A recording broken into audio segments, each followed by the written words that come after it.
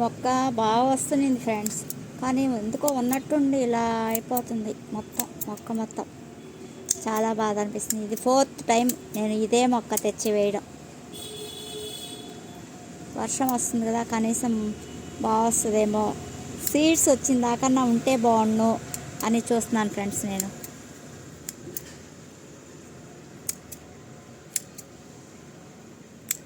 తెచ్చిన ఒక 1 వీక్ బాగుందండి, తర్వాత ఏమైందో మరి ఇట్లా అయిపోతుంది. అప్పటికి నేను ఈ సాఫ్, మళ్ళా అలోవెరా జెల్ ఇవన్నీ కొట్టాను, ఎప్సమ్ సాల్ట్ వాటరు అన్నీ ఇచ్చాను ఫ్రెండ్స్. కానీ ఎందుకో మరి సర్వైవ్ అయ్యేటట్లేదు మరి మొక్క. బాగా నిల్చున్నదండి మొక్క మాత్రం, చక్కగా బాగా నిల్చుంది, పర్లేదు బ్రతికేస్తుంది అనుకున్నా. కానీ మళ్ళా ఇలా స్టార్ట్ అయిపోయింది.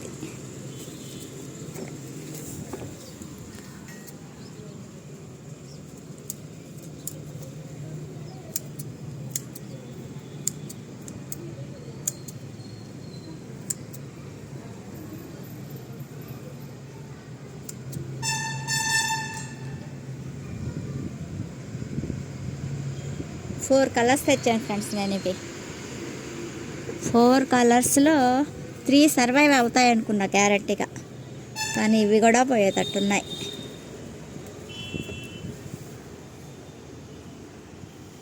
చూడు బాగా ఉన్నాయి కదా,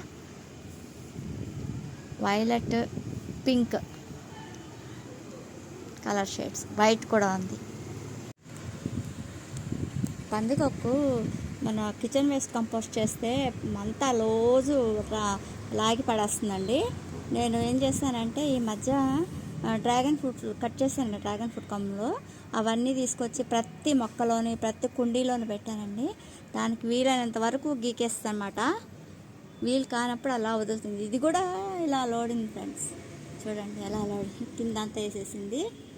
అలా ఉంటుందన్నమాట మా పందికొక్కులతోని. పందికొక్కులు తప్పించుకున్నాము అంటే కోతులు స్టార్ట్ అవుతాయి. ఇంకా